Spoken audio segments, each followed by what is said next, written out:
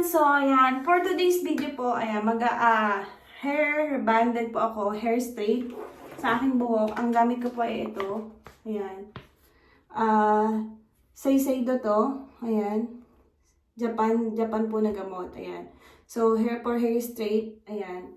Kasi ganito na yung buhok ko. So, maikli lang naman po ito. Kaya ito lang yung naglagay na ako dito. Ayan. So, ang instruction po dito is ibabad siya ng 10 to 20 minutes, pero kailangan alam mo pagluto na yung gamot. So, ipapakita ko sa inyo kung paano pagluto na po yung gamot. Kasi, ako lang yung gagawa kasi po ay mahal dito magpagawa sa US ng buhok. So, abot ng 300 to 500 US dollar yung babayaran mo pag magpunta ka sa salon. Eh, yung buhok ko naman maiksi na lang, tapos mabilis lang naman siyang gawin. So, kaya ako na lang yung gagawa. Ayan. So, ayan. Maglalagay na rin po ako mag-start na ako maglagay ng gamot. So, ayan guys. So, unahin ko muna po lagay yung nasa ilalim. So, ayan siya. Pag walang kulot-kulot talaga yung buhok ko. So, tinalian ko po muna itong mga nasa side.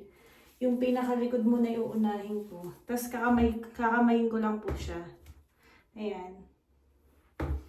So, kakamayin ko lang para, alam mo yun. Kasi nakaglabas naman ako, kaya okay lang yan.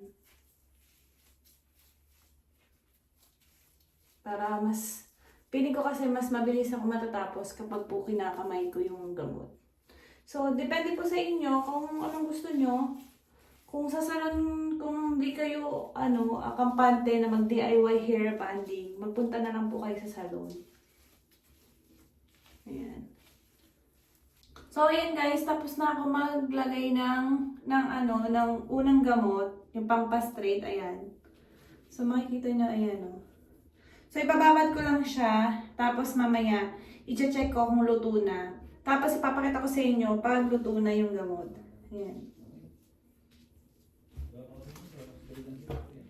Ayan guys, sa pag-check po ng gamot, kung luto na, kukuha ka lang ng buhok mo na 2 to 3 strand lang. Tapos, kailangan rubberize na po siya bago mo banlawan. So, ibig sabihin, pag rubberize na, luto na po yung gamot sa buhok mo. So, paano ko yung natutunan? Nanood lang po ako sa mga YouTube. So, ayun, kung ang nanonood po nito ay, ayun, nag-straight talaga kayo ng buhok. So, comment down below kung ano po yung mali kong nagawa. Ayan. Pero, sa akin is, yun yung napanood ko dun sa mga nagsasalon. So, kapag kuha ka ng ganyan, tapos, pag binatak mong ganyan, tapos nanguluntoy na, nanguluntoy na. Ayan. Luto na po yan. Pwede mo na siyang banlawan. Again, depende po sa inyo kung paano nyo i-check. Pero ako, ganun po ako mag-check kasi yung mga nakaraang gawa ko ng DIY hair banded ko, or straight na hair ko, is ganun ko po siya sinecheck. So, i-check nyo lang po siya dito, at saka sa likod, kung luto na yung gamot, tapos pwede na nyo po siyang malawan. Tapos, pag binanlawan po is tubig lang po, hindi kayo gagamit ng shampoo or conditioner. Kasi, after yung balawan, paplansyahin na. So, ayun, ayun, ganito nga po, ayan o, kukuha lang kayo ng 2 to 3 strand, tapos, ayan o, kita nyo o, ayan o. Pag ginanan nyo, ayan o, nanguluntoy na. So, luto na po yan. Babanlawan ko na po. Banlawan ko muna po yung buhok ko. So, ayan po, nabanlawan ko na. So, nagpalit lang ako ng damit kasi nga may gamot na yung damit ko.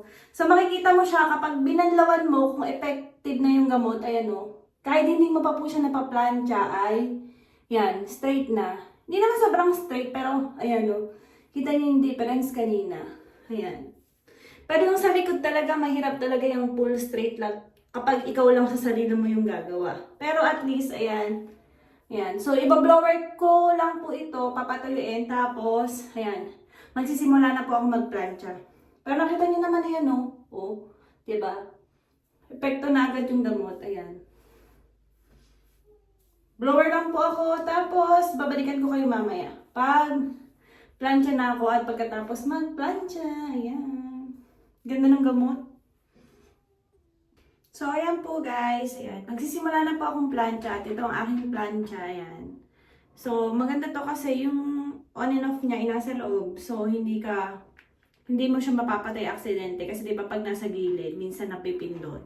So, ayan. Kukuha lang ako ng maninipis. Ayan.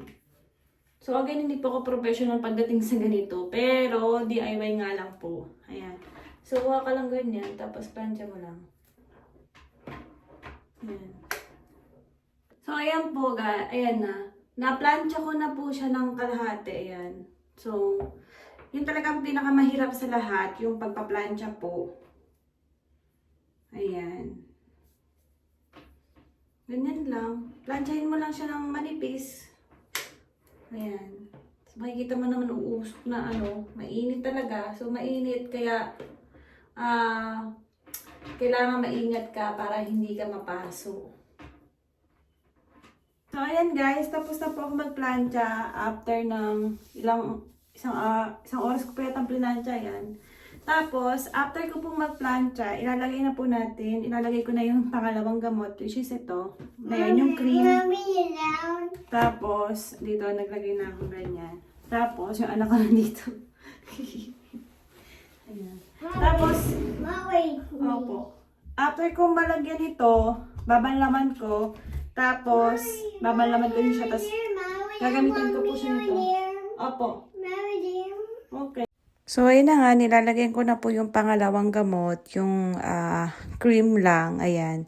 So, ibababad ko lang siya ng 5 minutes and then after nun, babanlawan ko na siya, ayan. Tapos, after ko siyang banlawan, babanlawan ko ulit siya, tapos lalagyan ko ng isang hair mask. Tapos, ayun, after nun, tapos na. Hi guys, so ayan, tapos na ako mag-ayos na aking buhok, ayan. Hindi ko na siya blower ulit. Pagkatapos ko siyang banlawan ng pangalawang cream, ayan na siya. Ayan tapos na po.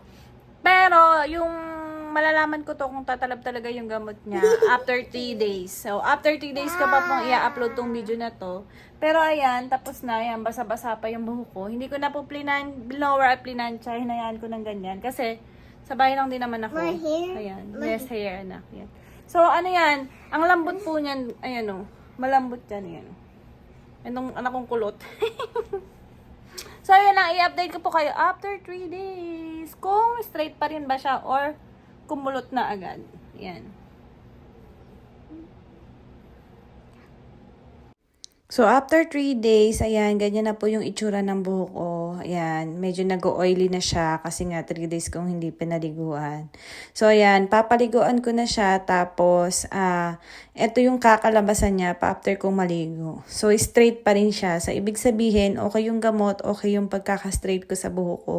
So, okay naman siya. Kaya lang, nagpa-fly away siya kasi nga mahikli yung buhok ko. Pero, okay po yung gamot, naging straight naman yung buhok ko. Yun lang po. Thank you for watching. Bye-bye!